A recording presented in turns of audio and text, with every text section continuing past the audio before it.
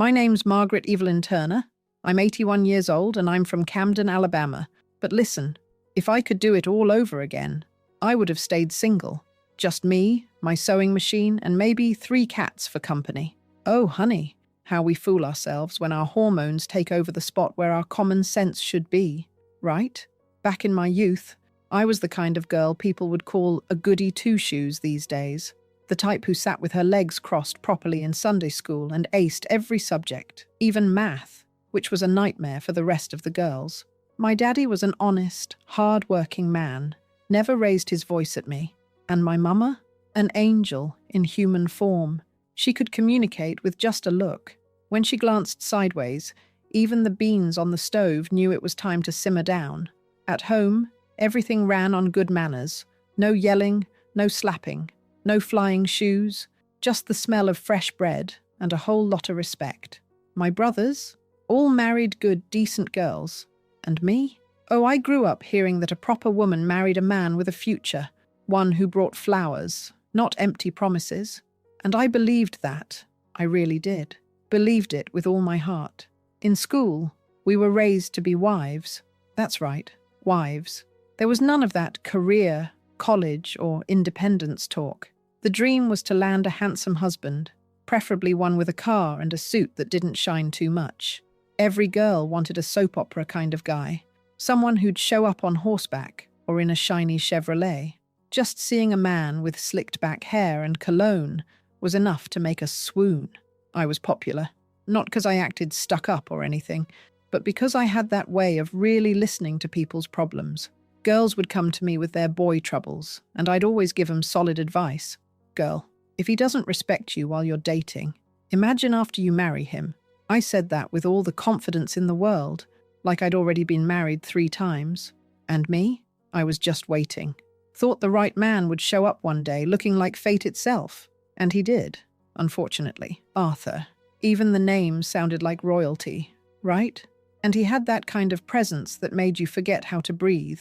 Tall, clean-shaven, half-smiling like he knew something, and a deep voice that made your spine curl up. He showed up at church one Sunday with his mama and sister. Me, like a fool, thought it was sweet. These days, a grown man still stuck to his mum should be a giant red flag, like a parking brake on a downhill slope. He was 30. I had just turned 18. Just the fact that he noticed me had me dizzy. And not only did he notice, he started chatting, complimented my dress, which, by the way, belonged to my sister, and told me I had a rare smile. Of course, because every prince starts out like that, giving you too much attention, staring a little too long, saying all the things you've always wanted to hear. Arthur was the full package, smelled good, polite, could talk about anything, said he wanted a woman to build a life with, that he was done with partying, lie, that he loved women who were homey and quiet, another lie, and that with the right partner, he could go far. And there I was, like a pigeon pecking at corn, falling for every word. Falling in love is easy. The hard part is falling out of it with your dignity still intact. Less than 3 months in, he proposed. And dumb little me? I said yes. My parents thought it was a bit fast, but since he was older, settled, a serious man, everyone just figured it was meant to be. Now I know it was a setup, a trap in a shiny suit. We got engaged with a full-on party. My dress was simple, but pretty. My mum cried with emotion. My dad shook his hand tight and said, "Take good care of my girl." Poor man. Had no clue he was handing his daughter over to an emotional pyramid scheme. We got married, and I moved in with him. I thought it'd be just the 2 of us, like in fairy tales, right? Young couple in love, cozy home, sharing a pillow and building a life together. I just forgot to ask one basic question. Where exactly was this man living? So I show up with my little suitcase full of hope. And who opens the door? His mother. And behind her, his sister. Both of them smiling like they knew the party was over. "Welcome," the old lady said in that tone that clearly meant, "I run things here." And him? Oh, he just laughed and said, "It's just until we get our own place, babe." Babe. And I still fell for it. His mum was the type to clean the house with a death stare. She ruled over everything. Even the dish towel had to hang the right way. And the sister? A professional freeloader, always hurting her back whenever she had to get up and get her own damn glass of water. At first I tried to be understanding. After all, he was supporting both of them, right? And everyone says a man who takes care of his family is a keeper. What they don't say is when he's so busy taking care of his family, he forgets he's got a wife now. But honey, that was just the beginning. 'Cause what that mother-in-law put me through, not even the wildest Mexican soap operas dared to write it. If you've made it this far, hit that like button, sweetheart. Every like is a stay strong queen for this old lady right here. And tell me in the comments, have you ever fallen for Prince Charming's scam too? 'Cause trust me, this story's just getting started. The first week of marriage, I felt like a display doll, pretty on the outside, totally hollow on the inside. And let me tell you, sugar, it wasn't because I didn't love him. I had love coming out of my ears. But love doesn't wash dishes, doesn't hang laundry, and sure as hell doesn't make a mother-in-law like you. I'd wake up early, all chipper, thinking I'd make coffee for my hubby, kiss his cheek, and hear a sweet, "Good morning, baby." But guess who I found in the kitchen? Mrs. Eunice, apron on, broom in hand, and that looked like she was scanning me head to toe like a butcher checking a bad cut of meat. She never raised her voice, but every sentence came laced with venom strong enough to kill a rattlesnake. "You're using too much soap on those dishes, dear. We like to save around here." Oh, right. Because the whole house budget was going to collapse under the weight of a few extra suds. Now, his sister, Lucinda, she was a whole other gem. Spent her days on the couch watching courtroom shows and stuffing her face with cream-filled cookies, holding the TV remote like it was a queen's scepter. "Hey, sis-in-law, could you get me some water?" At first, I did it. Thought it was just being nice. Later, I realized it was just modern-day slavery with a cute little ribbon on top. And Arthur? Oh, the great prince. He'd come home from work, kiss my forehead, and ask how his mum was doing. His mum, you hear? Me, with my back aching from scrubbing toilets. Not even a "need any help?" It was just a smile, a "thanks, love." And then he'd go right back to chatting with the old lady about rice prices and the 7 o'clock soap opera. In that house, everything already had an owner. The recliner belonged to the mother-in-law, the fan was Lucinda's, and even the kitchen drawer came with a warning label. I'm serious. I once tried putting a spoon away and got scolded. "That's my drawer for special cloths." Special cloths for what? Polishing her ego. I spent weeks trying to please everyone. Baked cakes, washed curtains, ironed embroidered sheets that looked like museum pieces. Nothing was good enough. "My mum makes it better," Arthur would say, laughing whenever he tasted my beans. Of course she did. She seasoned everything with manipulation and emotional blackmail. How could I compete? I started to realize I wasn't a wife there. I was a guest with a chore list, and I wasn't even allowed to leave. Every time I said I wanted to visit my parents, Eunice would cough real loud, like the idea of me having freedom gave her the flu. "So early to be leaving the house, sweetie?" Sweetie. That word stung worse than a cuss. Arthur kept saying it was just a phase, that we'd save up and get our own place soon. But time passed, and every time I brought up moving, he'd suddenly change the subject. And of course, his mum heard everything. "But you've got everything here, honey. What's the rush to move out?" Rush. No, Eunice. I just want to pee without you knocking on the door asking if I'm still alive. Eventually, I stopped trying. If the cake burned, so be it. If the rice stuck to the pot, let it. I learned that the more I tried, the more they expected. So I started doing just the basics. And you know what happened? The old lady started whining that I wasn't the same anymore. "You've changed since the wedding." Damn right I did. I got tired of being the doormat. Lucinda, meanwhile, suddenly developed back problems. Conveniently, it only flared up on days there was heavy cleaning. "Oh, sis-in-law, think you could tidy up my room a bit?" "Sure, Lucinda." Right after my imaginary acupuncture class between scrubbing toilets and chopping veggies, I started dreaming of freedom, not the kind where you travel to Europe. I dreamed of using the bathroom without a line, of cooking without someone counting how many grains of rice per person. I dreamed of silence, of space, of a little corner that was just mine. But in that house, space was a luxury. Even my closet had to share with the towels that belonged to the dead great-grandmother of the mother-in-law. Arthur kept being the same snake charmer.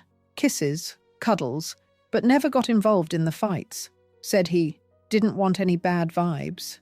Well, the vibes were hurricane level, with a hailstorm of sarcasm. I was trying to breathe in a place where even the air seemed to belong to Eunice. Then one day my mum came to visit, took one look at me and quietly asked if I was okay. I smiled, said I was just tired. Lieutenant, I was withering inside. But how do you say that your dream marriage had turned into a horror movie starring your mother-in-law as the villain? My mum didn't push. She just hugged me so tight, I nearly collapsed right there in the middle of the living room with those curtains I couldn't open because they'd fade the sofa. That's when it hit me. Either I took the reins of my life, or I'd spend the rest of it carrying trays while getting called sweetie, like some servant with a wedding ring. But it wasn't time to blow up yet. I had to watch, wait for the right moment. And while I waited, I kept swallowing every little sweet comment with a fake smile and an increasing urge to run and never look back. Just when I thought I'd seen it all in that house, Eunice comes at me with the love diet. Yep. The woman actually decided I was eating too much, said the rice was disappearing too fast, and that it didn't make sense for a young lady to eat like a grown man. The exact phrase she used burned into my brain forever. Margaret, you're starting to look like a little farm pig, a bit too round. My son likes delicate women, ones who eat like birds and sigh a lot. I thought it was a joke. I laughed, expecting her to laugh too, but no. She stared at me with that smug little smile like she'd measured my hips with a tape made of pure hatred. I'm saying this for your own good, she added, fake concern dripping from her voice. Do you want Arthur looking at someone else? 'Cause if he does, you'll be the one eating all that rice alone. The next morning, I woke up hungry and headed straight for the kitchen, and guess what I found? The fridge locked, with a damn chain, like a backyard gate, and taped to the stove was a note. Breakfast is for people who work outside. You get dinner only. I thought it was a bad joke. Went looking for her, and there she was, sitting in the living room, crochet in hand, sarcasm in her eyes. Times are tough, Margaret. We gotta cut back. And let's be honest, you could use a little trimming, right? I smiled. On the outside. On the inside, I was imagining tying that yarn into a noose and hanging her out to dry on the clothesline. Lucinda, of course, thought it was fantastic. Oh, sis-in-law, this is what modern women do. Intermittent fasting. You'll lose weight fast. Yeah, intermittent, like my patients. I spent a whole week basically eating air. I swear on everything holy, my lunch became sniffing the rice I cooked for them. Mornings, just water. Afternoons, breeze. Dinner, a spoonful of something and Eunice's judging eyes. She'd come check my plate like I was stealing potatoes. One day, I ate 2 slices of bread in secret. She found out. How? I have no idea. Maybe the old bat had a 6th sense for sniffing out rogue carbs. Are you trying to fatten up my son with all your extra weight? She asked. Men like light women, the kind you want to pick up and hold. And I was sitting there thinking the only thing I wanted was to disappear. Arthur, through all of this, played dumb, came home, ate the food I cooked, and didn't even notice I was wilting like a fern with no water, until one day I'd had enough. I picked the right time to talk to him, after dinner, when his stomach was full, and theoretically, he'd be more agreeable. Silly me. I should have talked to the damn wall. I sat on the couch, took a deep breath, and laid it out. Arthur, your mum's crossing the line. She's rationing my food, calling me fat, and you just sit there like nothing's happening. He looked at me, adjusted his belt, sighed, and said, with the calm of someone who clearly feels nothing, she's just worried. And it's true, you've gained a little weight. My mum knows how to take care of me, Margaret. She loves you, but she wants the best version of you. Honey, if I could have vomited pure rage, I would have redecorated the living room right then and there. He agreed with her, just like that. No hesitation, no second thought. And then he topped it off with, a diet's good, it's healthy. You'll thank me later. Thank him? I almost thanked him with a slap, but remembered the couch was borrowed, and if I hit him, I'd be the crazy one. the overreacting wife, the ungrateful witch. That night, I went to bed with an empty stomach and a head full of noise, not just from the missing calories, but from my dignity draining down the gutter. It wasn't enough to be the babysitter for his sister and the maid for his mother. Now I was their weight loss project too. I was getting so thin even my will to live was becoming skeletal. Eunice thought that by breaking me down, she could reshape me, that by taking away my breakfast, she'd take away my will. But lying there in that bed, the only thing in that house not judging me, I started gaining something else. Anger, a hunger for freedom, a fire to flip that whole house upside down and remind them all. I wasn't born to be anybody's dead weight. Some days, I swore I was living in a damn suspense movie, just without the glamour, and with way more dirty rags. That house ran like a cursed clock. Everything had to be done at the time, in the way, and with the tone approved by Eunice. Nothing could be spontaneous. God forbid I tried to do something without her holy seal of approval. I started noticing the patterns. She'd wake up at exactly 6:03 a.m., not a minute before, not a second after. Straight to the bathroom. Then she'd pass through the kitchen pantry like she was running a full-blown factory audit. Only after that, she'd decide what ingredients were released for the day. Some days it was rice, other days just beans. It was like playing a rigged game where only she knew the rules. And us? We had to guess, or suffer the silent wrath. One day I thought I'd be helpful and wash the laundry. The basket was overflowing, Arthur's underwear right on top. I figured, hey, let me show I'm a good wife. Thoughtful and proactive. Poor little me. I took everything out to the wash basin, scrubbed gently, added some scented detergent, hung it all neatly on the line. I felt like a model housewife straight out of a commercial. That feeling didn't last. Eunice came stomping into the yard like she'd sniffed out a crime scene. When she saw the clothes drying, her eyes popped so wide I thought she'd found a corpse between the sheets. "You washed my son's clothes?" she asked, her voice cracking between scandal and fury. I, all innocent, said yes, that I just wanted to help. She marched toward me like she was about to perform an exorcism, waving her finger in my face. "You don't know how to do anything right. He hates when people scrub like that. And the soap you used ruined his natural scent. Didn't your mother teach you anything?" Absolute disgrace. She screamed with her finger just inches from my forehead, and I stood there, soaked to the knees, holding a t-shirt worth less than the drama it caused. All I could think was, if I wanted to be humiliated while washing some man's underwear, I should have stayed at my parents' house. The next day, I decided to flip the script. I got up earlier than her. Rare, but I was determined. Marched into the kitchen like I was about to save the day. The fridge, of course, was still locked, but the coffee grounds were still fair game. I took them, brewed the pot the way my mum used to. Fresh, slow, perfect. The smell filled the house, and for 1 second, I felt alive again. Then they came downstairs. Arthur, Lucinda, and the Queen herself. And the mood shifted immediately. She smelled that coffee before she even hit the kitchen. Her face turned red, not from nostalgia, but pure, distilled rage. She walked over to the sink, grabbed a dish towel, and flung it with such force, water splashed all over me. She didn't say a word, not one. Just stared at me like I'd poisoned the whole damn family.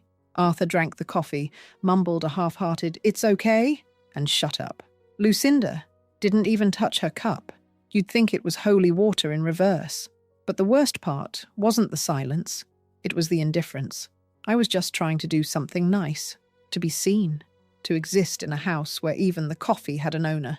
And the more I tried, the deeper I seemed to dig my own grave. After that came the full-blown psychological warfare. Eunice stopped holding back. Morning, noon, and night. Venom, venom, venom. "You can't do anything right. You're a disaster as a housewife. I don't know how my son ended up marrying a woman like you. So bland, so aimless." She said it loud, on purpose, so everyone could hear. And Arthur, silent, always chalked it up to women's stuff. I tried to take it. I really did. But everyone's got a breaking point. One day, she crossed the damn line, caught me in the hallway and snapped, "You're useless. You can't even take care of a man." You should look in the mirror and thank God he hasn't left you yet. Right then, that moment, something inside me snapped. I turned to her, calm, steady, and said, I demand respect. I've never disrespected you, not even when you called me fat, which is rich, by the way, considering your clothes and your daughters could cover a whole damn circus tent. If we're going to talk about measurements, let's at least be honest. She froze, looked at me like I'd just spit fire in her face. Her mouth opened, but nothing came out. Then she stormed off to her room, with her arm over her forehead, like some tragic soap opera actress, slammed the door, and started crying loud enough for the whole damn neighborhood to hear. Lucinda went running after her, huffing and puffing. Arthur stood between me and the hallway, looking like a deer in headlights. And me? I went back to the kitchen to make more coffee, this time with extra joy.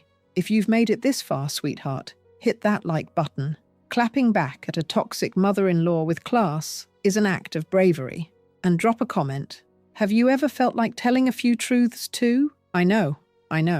You're probably thinking, after all that, she still tried to be nice to her husband. Well, girl, love is one of those things that should probably come with a damn vaccine. Because once it gets into your system, it's hard to get rid of.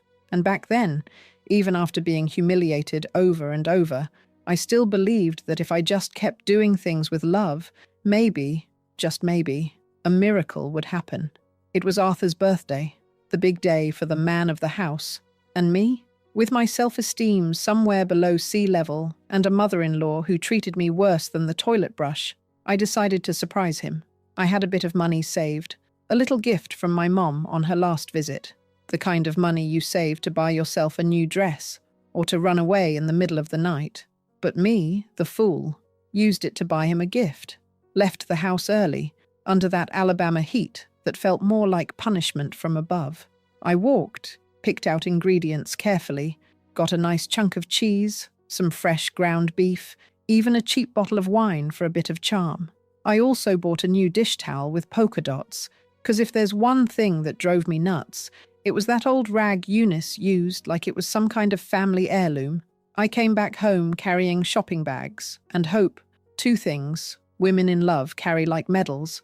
I waited for the house to clear out. Eunice and the freeloader had gone out, probably to some spiritual gathering full of gossip and bitterness. Arthur was still at work. The house was mine for a few precious hours. And in that silence, I felt alive again. I cooked with my soul, made my mum's lasagna, the kind that tastes like heaven showed up in your kitchen. The smell filled the whole place. It was so comforting, I almost felt like forgiving them all. Then came the cake, big, fluffy chocolate, with a glossy frosting that shined brighter than Lucinda's hair after a blowout. I decorated it with sprinkles and made a little candle out of whatever I could find. It was simple, but it was full of real love, not the fairy tale kind, the kind that believes, deep down, that kindness might still change something. Arthur came home, walked in and caught the smell. "Whoa, what's this?" he asked, eyes lighting up. When he saw the table, the cake, the food, he smiled. A real smile, one I hadn't seen in ages. "You did all this?" he asked. I nodded like a little fool in love, and for the first time in months, he pulled me into a hug, told me everything looked amazing. He ate, he got seconds, he complimented everything. And in that moment, I thought, maybe, just maybe, I'd finally done something right. But happiness in that house didn't last longer than an ice cube in the desert. Eunice showed up not long after. Came in with her usual sour face, holding a cake, a tiny, crooked, store-bought cake, still with the price sticker stuck to the bottom. She saw the table, froze, and then, "Honey," the show began. "What's all this?" she asked, staring at her son. Arthur, still chewing on a mouthful of lasagna, lit up like a little boy on Christmas morning. "Margaret made all this for me. Look what a gift." Eunice squinted like sunlight had just pierced her soul. Lucinda walked in right behind her, saw the cake on the table, and rolled her eyes so hard I thought they'd get stuck. Me? I stayed right where I was, spatula in hand, trying to hold the smile on my face. Eunice slammed her little bakery cake down on the counter like she was launching an emotional grenade in the middle of the room. Oh, so now she needs to show off. This isn't a gift. It's a provocation. Arthur stood up, wiped his mouth, and, for the first time in forever, actually defended me. Mum, she just wanted to surprise me. It was done with love. You're overreacting. And that was it. The fuse was lit. She went full tornado. She's turning you against me, Arthur. Can't you see that? Ever since this woman came into the house, you've changed. Now you disrespect me because of this little nobody with no experience. Oh, right. Because making dinner and baking a cake that didn't look like it got run over by a truck is now considered an act of rebellion. And I didn't say a word, just stood there. Even Arthur looked shocked. Mum, please, he said. Don't ruin my day. She did this for me. Eunice snorted, grabbed her sad little cake, and stomped off to her room, slamming the door behind her like she was 12, not 60-something. Lucinda didn't even flinch, just made a face, grabbed a cookie from the pantry, and flopped onto the couch with the remote like she was protesting world peace. Me, I stood there, spatula in hand, heart on the floor. But for the first time, Arthur saw it, saw the whole scene, and he couldn't pretend anymore.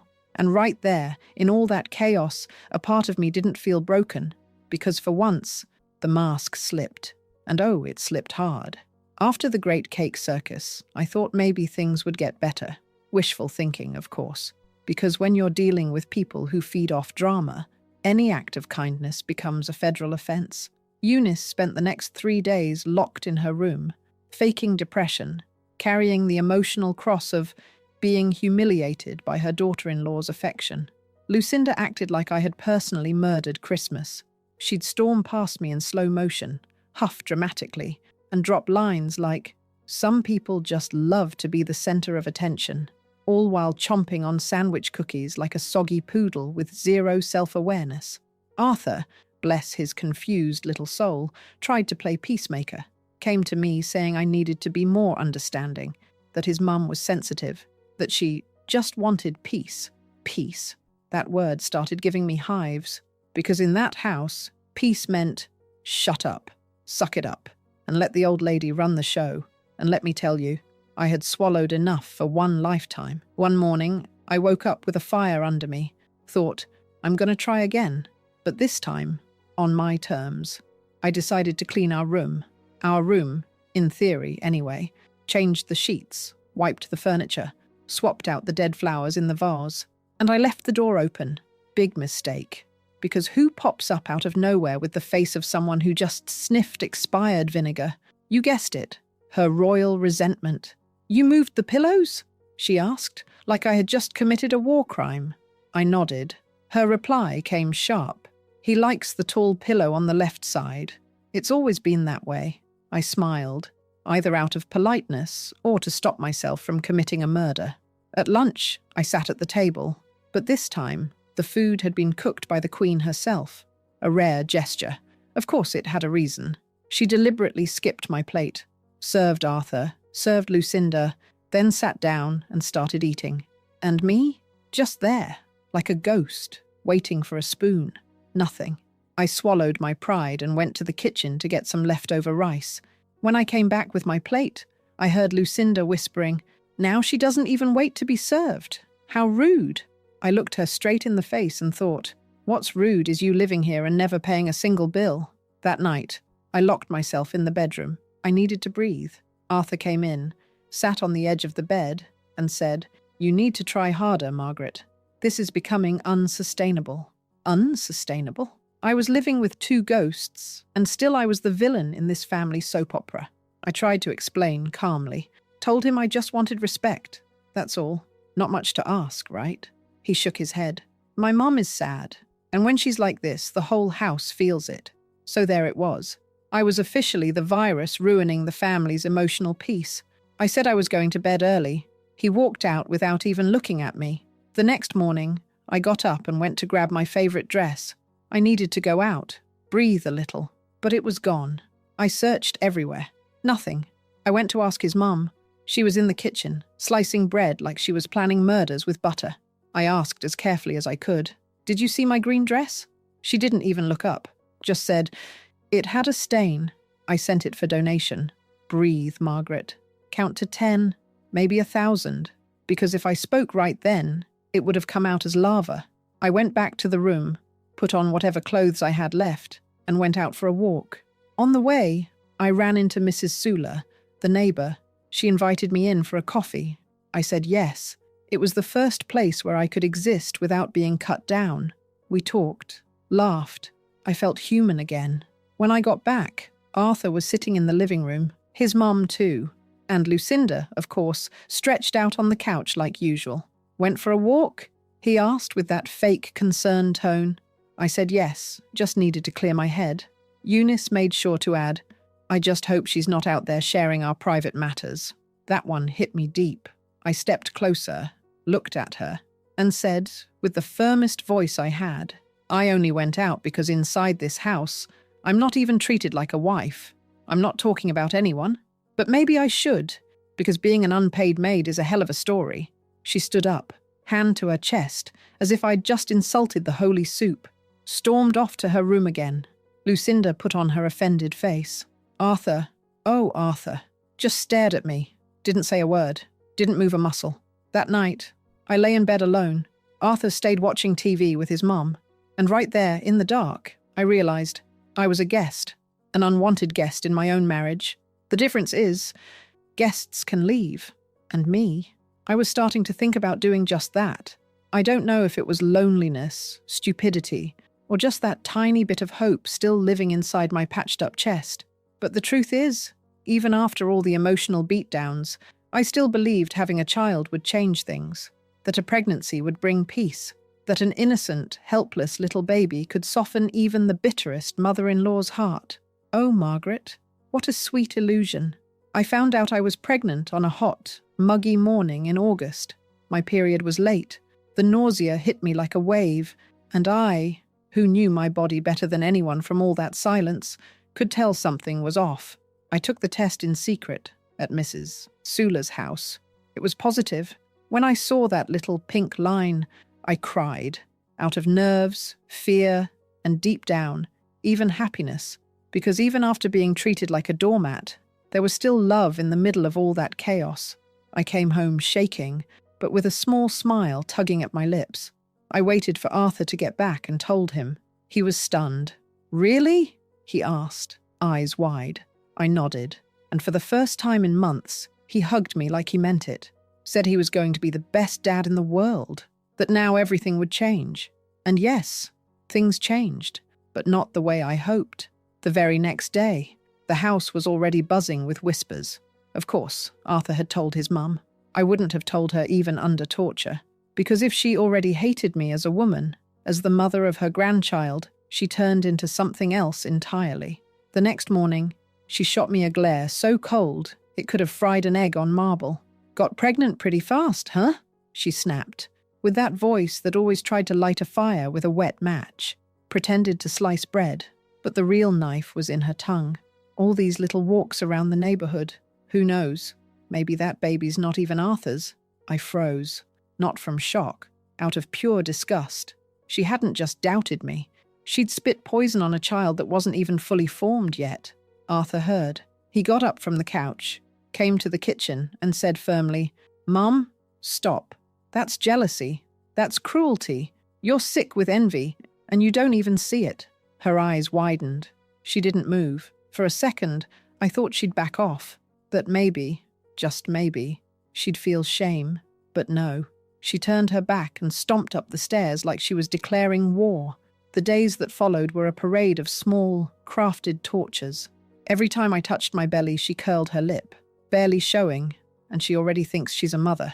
She'd leave out the salt when I cooked, turn off the fan when I sat down, and if I so much as put my hand on my lower back and said it hurt, she'd mimic me behind my back, mocking. Lucinda, of course, laughed. Always the loyal audience. But what happened that afternoon? Not even courtroom dramas go that far. It was Tuesday. I'd spent the morning sorting through old clothes, trying to find space for baby stuff. I walked up the stairs carefully, like always. But just as I reached the last step, I felt a sharp shove on my back. I didn't see who it was, but the sickly lavender perfume gave her away. It was her. I fell. My body crumpled like a rag doll. I tried to grab the wall, but it was too late. I hit my back, my hip, my arms.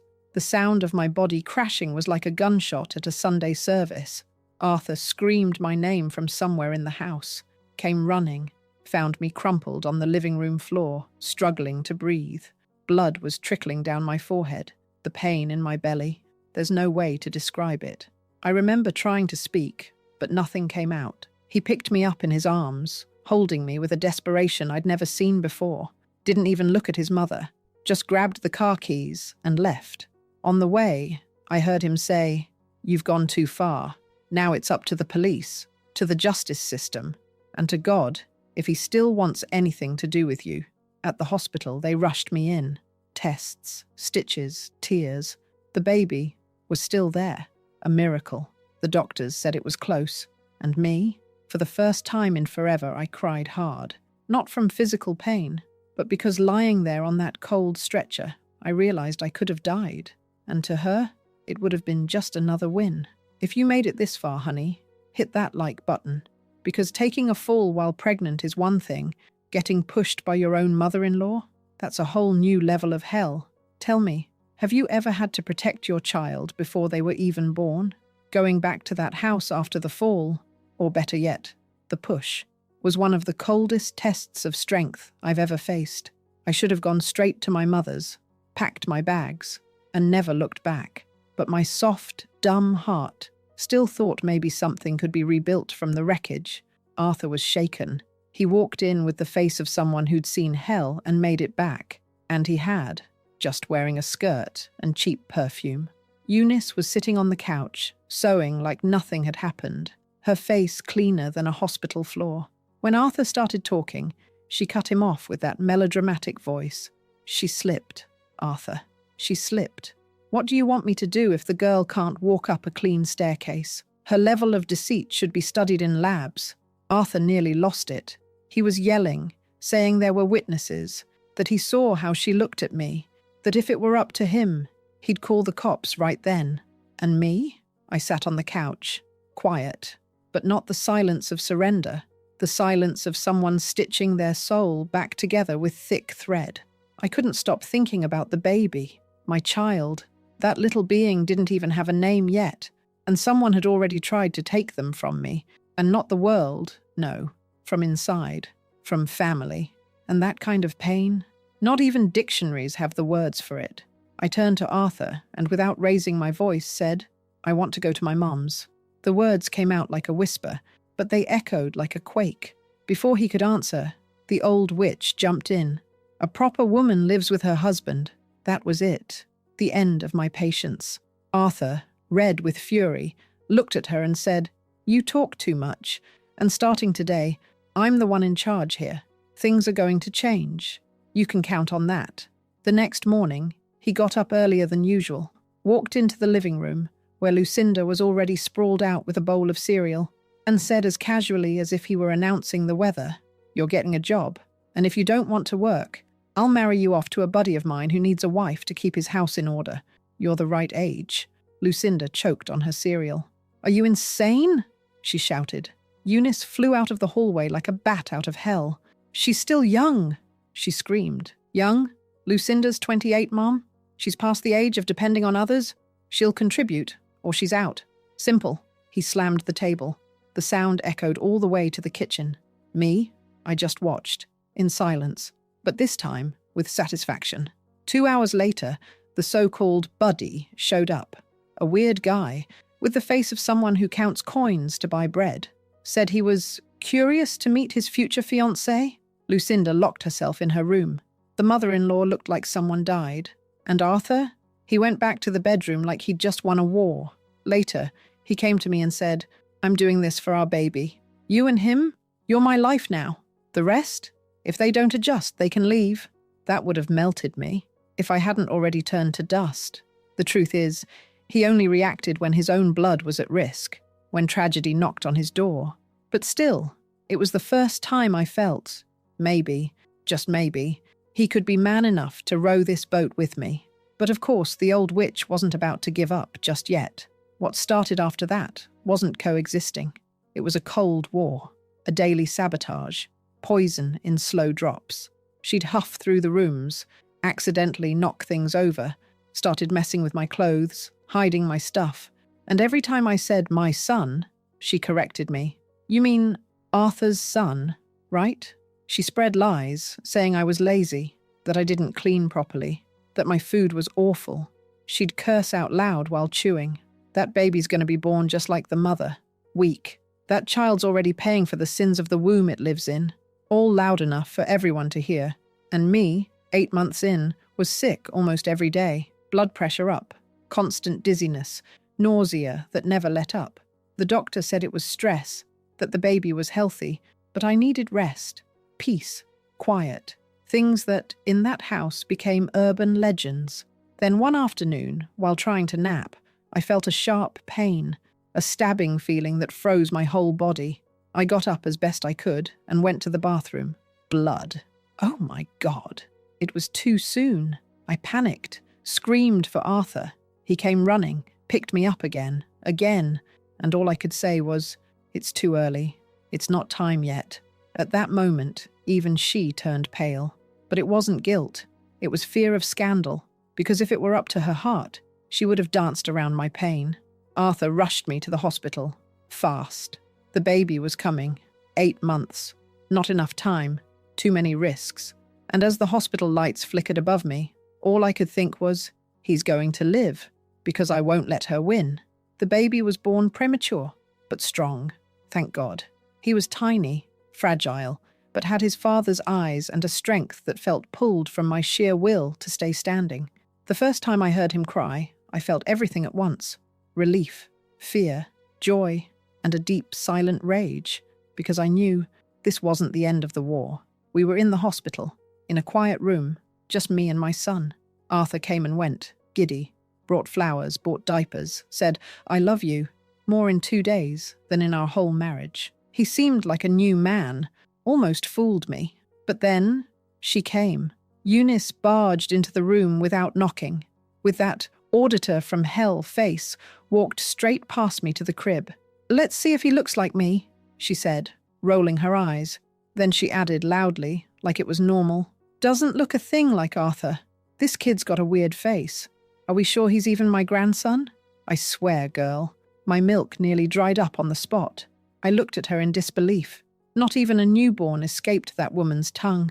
I calmly called the nurse, like someone calling for backup in a war zone. I asked, as politely as possible, "Miss, from now on, only my mum and my husband are allowed in here. That woman is not welcome." The nurse looked like she'd just heard a bomb drop. She tried to argue, but I repeated, "Either she goes, or I get out of this bed and throw her out myself." The old hag snapped, made a scene, screamed she was the grandmother, that she had rights, that she was going to call the police, the Pope, whatever it took. And out of nowhere, like she was possessed by the demon of bad manners, she grabbed a teapot from the table and threw it at me. Yep, she did. Hit the side of my head. It cracked loud. I nearly passed out. The nurse screamed, ran to help. Security came. Doctor, receptionist. Everyone showed up. They dragged the witch out like a criminal. She was still screaming down the hallway. "That baby's not my blood. That woman's a fraud." Me, lying there, in pain, stitched up, head pounding, looked at my son and thought, what am I doing? My hands were shaking. I felt like a human rag. The nurse cleaned my wound gently and said, "You'll be okay, Mrs. Turner." But how, girl? How is a mother supposed to be okay after being attacked in a hospital by someone who was supposed to protect? Not hurt? Hours later, my mum arrived. She was all excited to see her grandson, but when she saw me like that, she was crushed. She hugged me like when I was little, and I whispered through sobs, "I'm surviving, Mum. That's all. Just surviving in that house." She looked at me with the kind of firmness only a woman who's seen too much in life has, and said, "Your mother's house is still standing, and the door's open. All you have to do is come back." I went back to my mother's house, with my son pressed to my chest, and a new version of myself slowly starting to take shape. I spent days without speaking to Arthur. He sent messages, came to the door, called. My mum answered and told him I was taking care of what's left of her sanity. And it was true. Little by little, things began to clear up. The court issued a restraining order. The mother-in-law couldn't come near us anymore. Hallelujah. It finally felt like the world had woken up to the level of madness we'd been living in. I started going out to buy diapers with my head held high, took my baby to the pediatrician with steady steps. For the first time, I owned my life. No interference. No apron-wearing spy inspecting my sleep. Arthur, after insisting for so long, finally came to talk, brought flowers, dark circles under his eyes, and the face of a man finally beaten up by his own conscience. He sat on the couch, looked at our sleeping son and said, "You're my family now. Just you two. I don't have a mother anymore." It hurt to hear that. Not for me. I was at peace with the idea, but for him, because no son should have to choose between sanity and blood. But he chose. And that's when things really began to turn around. He took the keys to his mother's house, returned them, rented a small apartment with a balcony and a kitchen that was all mine. He brought me there like a man escorting a queen to her new castle. He said, "You give the orders here. This place is yours." Of course, life didn't suddenly turn into a fairy tale. There was still trauma in my body, echoes in my head. But now, at least, I could breathe. I could sit at the table without feeling judged. I could walk around in my nightgown without hearing comments. And best of all, I could look at my son without the fear of a shadow lurking behind us. But, like every soap opera that needs one last scare before the relief, something happened that froze me to the core. One day, coming back from the pharmacy with the stroller, I saw a familiar shadow across the street. It was her, the mother-in-law, wearing dark sunglasses and that same purple bag where she probably kept her emergency poison kit. She didn't say a word, just looked, with a crooked smile that said nothing and everything. Me. I didn't flinch. I stared right back, steady, like I was saying, "Try again, just try." Living in that little apartment with Arthur and our son wasn't a fairy tale life, but let me tell you, it was paradise compared to the war zone I had escaped from. Her absence alone made the air cleaner, the beans taste better, and the silence, oh, the silence was gold. And for the first time, I didn't need permission to exist. Even so, I moved slowly inside myself. The shocks I'd lived through weren't just in my body. There were things inside, in my thoughts, that still hurt. I'd wake up in the middle of the night, scared that the old woman was hiding behind the door, that same panic returning, memories of the teapot, the staircase, my baby crying. But now, at least, I had my space, a key that was mine, and his crib. Oh, that crib was my victory flag. Arthur tried to help. He washed dishes, cooked sometimes, changed diapers, and even hummed lullabies now and then. And that, for him, was already a miracle. But you know what healed me more than anything? Independence. I decided I wouldn't depend on him, or her, or anyone else ever again. I went back to sewing. Yep, before life turned to chaos, I already knew how to handle a needle with dignity. I picked up a small job with Mrs. Lurd's, who made dresses for the town's fancy ladies. Started with hemming, gained her trust. Before long, I was making christening gowns, embroidered aprons, even bed sheets with finished borders. I didn't have an electric machine. It was all on the pedal. And there, in that corner of the kitchen, pedaling away with my baby sleeping in the crib, I wasn't just stitching fabric. I was stitching myself back together. The money was little, but it was mine. I used it to buy diapers, baby soap, the bar soap that the mother-in-law swore I used wrong. And every coin I dropped into the glass jar hidden behind the stove was a muffled scream of freedom buried under years of silence. Arthur saw it. Sometimes he gave me that look of pride. Other times, guilt, because deep down, he knew exactly the kind of woman he'd let his mother crush for so long. But now he saw something else. A woman who, even patched up, stood tall. His mother? Oh, she kept trying to show up. Sent messages through nosy neighbors. "Tell her my grandson needs me." Yeah, right. The kid was healthier than ever, sleeping like an angel, laughing at 2 months old. And the ones taking care of him were me, my mom when she could, and God. The rest. Just dead weight, trying to creep back in. One day, she even showed up at the apartment door, bold as ever. like she'd lost her shame somewhere along life's road. Rang the bell, said she wanted to see the baby. Arthur went out himself, came back half an hour later saying she cried, swore she'd changed, that she wanted to get close again. I listened in silence. Then I walked straight to the crib, picked up my baby, and said loud enough for her to hear through the wall, "Here, my son," is the only kind of curse that doesn't get in. I started getting invited by the neighbours to teach embroidery, adjust party dresses, sew baby clothes. Word of mouth spread, and with that, my confidence stitched itself back together.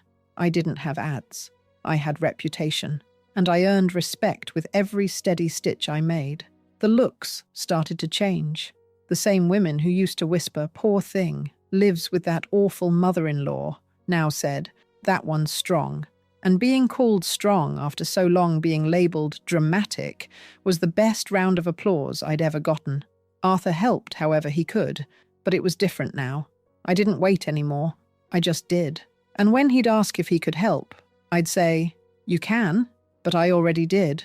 Because when you've been left alone during your hardest hour, you learn to walk on your own, and you never forget how. There were hard days, of course. Sleepless nights, baby with a fever, stitches that tore, fabric that stained. But I handled it, because all of it was mine. Even the sweat tasted like victory. I don't know if you've ever heard that fate has a weird but precise sense of justice. Well, mine delivered the bills silently, without warning, without drama. After all those years carrying hate, control, and that soul-suffocating stare that aged the air in every room, Eunice fell, literally. It was on a hot afternoon, like so many others. Arthur had taken the baby to the doctor. I was sewing a christening dress for the neighbour's daughter, and Lucinda was still Lucinda, thrown on the couch, fanning herself with one eye glued to the window, watching the world go by without lifting a finger. And then the phone rang. It was the neighbour across from the old house, her voice tight with panic. "Margaret, your mother-in-law fell. She's lying on the rug. We called for help, but she's not moving." I stood there for a few seconds. A deep silence washed over me, and it wasn't denial, or sadness, or surprise. It was peace, a kind of peace you only understand when the storm finally stops. Arthur got home and I told him. He turned pale, changed clothes without saying a word, and left. Hours later, he came back with a look that was somewhere between exhaustion and relief. "She's gone, Margaret. There was nothing they could do. She died." The word echoed. No tears? No remorse, because people who spread destruction everywhere they go end up surrounded by their own ghosts.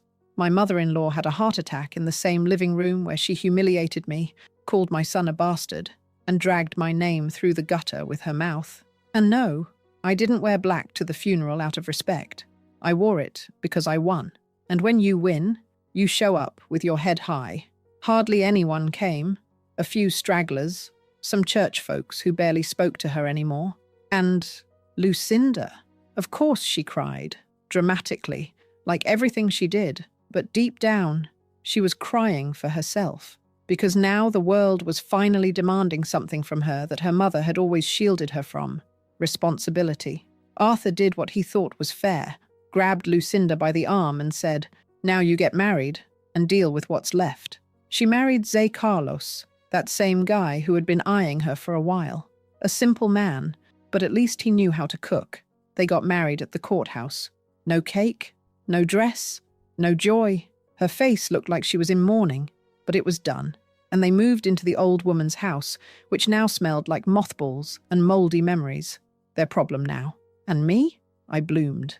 Slowly, without rushing, I rebuilt myself.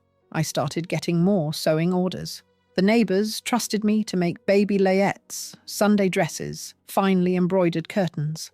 The name Mrs. Margaret started going around town as a synonym for quality and respect. And that, honey, that was better than any revenge. Arthur changed after his mother died. The same man who once made me cry in silence now made tea when I was tired, started taking care of the kids with love, washed dishes without being asked, checked in on how I was feeling. And it wasn't just to make up for the past. It was because, for the first time, He understood that marriage is partnership, not prison, not forced silence. We had 2 more children. They all grew up with conversation, hugs, and firmness. They knew that in our home, women were respected, and that a mother's voice wasn't ignored. It was heard. We lived many years together, in peace. The house was simple, but full of laughter. Arthur would dance with me in the living room on Sundays, told bad jokes the boys pretended to laugh at just to please him. We watched soap operas cuddled up, and he always made sure to comment that no mother-in-law in those stories was worth a damn. I'd just look at him and say, ours at least is dead. But time is a traitor. It takes even the ones who finally turned good after the storm. Arthur had a heart attack too, just like his mother. Fell over out of nowhere one afternoon, left without saying goodbye. And even after everything we went through, it hurt. It hurt like only someone who's loved with scar tissue can feel. I was left a widow with white hair, but with peace in my heart, because he left this world a real man, a present father, and a husband who learned how to love the right way. And Lucinda? She vanished. After Arthur's funeral, she disappeared. No letters, no visits, not even on special dates. And you know what? Good. One less worry, one presence that was never missed. I've never been the type to pretend I like someone just to be polite. Today, my sons take care of me. My grandkids make me laugh like a child. And my daughters-in-law? They're daughters of my soul. Because one thing I swore from the day I was pushed down those stairs with my baby in my belly, I would never become to another woman what that creature was to me. I treat my daughters-in-law with respect, with affection. I enter their homes with care. I give advice only if they ask for it. And I never ever put my opinion above their lives. The house of the wicked mother-in-law became just a story, and I, Margaret, became what she tried so hard to prevent. A free, strong, happy woman, with children who love me, grandkids who hug me, and a peace that no one can ever take away. If you've made it this far, darling, hit that like button. Because living through all that and still finding ways to laugh, that's the real miracle. Tell me, have you also sworn never to repeat the pain they caused you? Because in the end, the greatest victory of all was not becoming the monster they tried to turn me into.